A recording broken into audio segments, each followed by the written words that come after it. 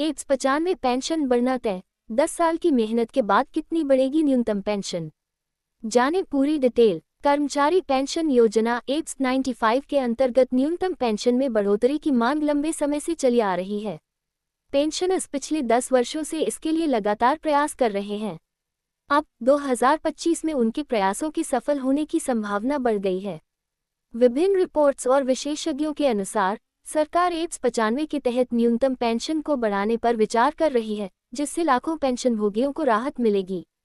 इस लेख में हम एप्स 95 पेंशन योजना, पेंशन बढ़ोतरी की मांग, सरकार के संभावित फैसले और इससे पेंशनर्स पर पड़ने वाले प्रभावों के बारे में विस्तार से जानेंगे। हमारा उद्देश्य है कि आपको इस मुद्दे से जुड़ी हर जानकारी सरल और स्पष्ट भाषा में मिल सके, ताकि आप इसके बारे में पूरी तरह से अवगत हो सकें। एप्स 95 पेंशन योजना, मुख्य बातें। विवरण जानकारी। योजना का नाम कर्मचारी पेंशन योजना 1995 एप्स 95। प्रबंधन कर्मचारी भविष्य निधि संगठन EPFO। उद्देश्य संगठित क्षेत्र के कर्मचारियों को पेंशन प्रदान करना। न्यूनतम पेंशन 1000 रुपये प्रति माह। वर्तमान पेंशन के लिए पात्रता 58 वर्ष की आयु। नियोक्ता का योगदान वेतन का 8.33% 15,000 रुपये प्रति माह तक सीमित। सरकारी योगदान वेतन का 1.16% 15,000 रुपये प्रति माह तक सीमित। पेंशन गणना सूत्र मासिक पेंशन इक्वल्स पेंशन योग्य वेतन एक्स पेंशन योग्य सेवा 70 एप्स 95 पेंशन बढ़ोतरी की मांग, 1 दशक का संघर्ष। एप्स 95 पेंशनभोगियों की लंबे समय से मांग है कि न्यूनतम पेंशन को बढ़ाया जाए।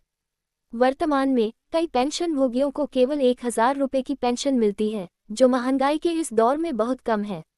Apps 95 national agitation committee NEC ने सरकार से न्यूनतम पेंशन को बढ़ाकर 7,500 रुपये प्रति माह करने की मांग की है।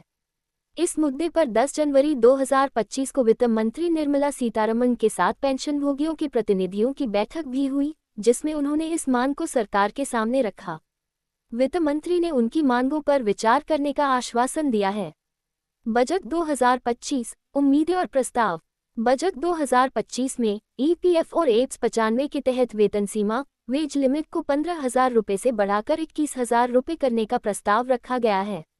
अगर यह प्रस्ताव पारित हो जाता है, तो पेंशनभोगियों की मासिक पेंशन राशि में वृद्धि हो सकती है। नई वेतन सीमा और पेंशन का गणित। यदि वेतन सीमा को बढ़ाकर 21,000 रुपये किया जाता है, तो पेंशन की गणना इस प्रकार होगी। न्यूनतम पेंशन इक्वल्स 21,000 एक्स पेंशन योग्य सेवा 70। उदाहरण के लिए, यदि किसी कर्मचारी ने 35 वर्ष तक सेवा की है, तो उसकी मासिक पेंशन होगी। मासिक पेंशन इक्वल्स 21,000 बाय 35 70 इक्वल्स 10,500 रुपये। EPFO के नए नियम 2025। EPFO ने पेंशनभोगियों के लिए कई नए नियम लागू किए हैं, जिनमें शामिल हैं PF अकाउंट से ATM के जरिए पैसे निकालने की सुविधा, पेंशन को किसी भी बैंक से प्राप्त करने की सुविधा, योगदान सीमा कंट्रीब्यूशन लिमिट को हटाने जैसे फीचर्स। ये सभी बदलाव रिटायरमेंट प्लानिंग को और आसान बनाएंगे और पेंशनभोगियों को अधिक सुविधा प्रदान करेंगे। EPFO की आगामी बैठक।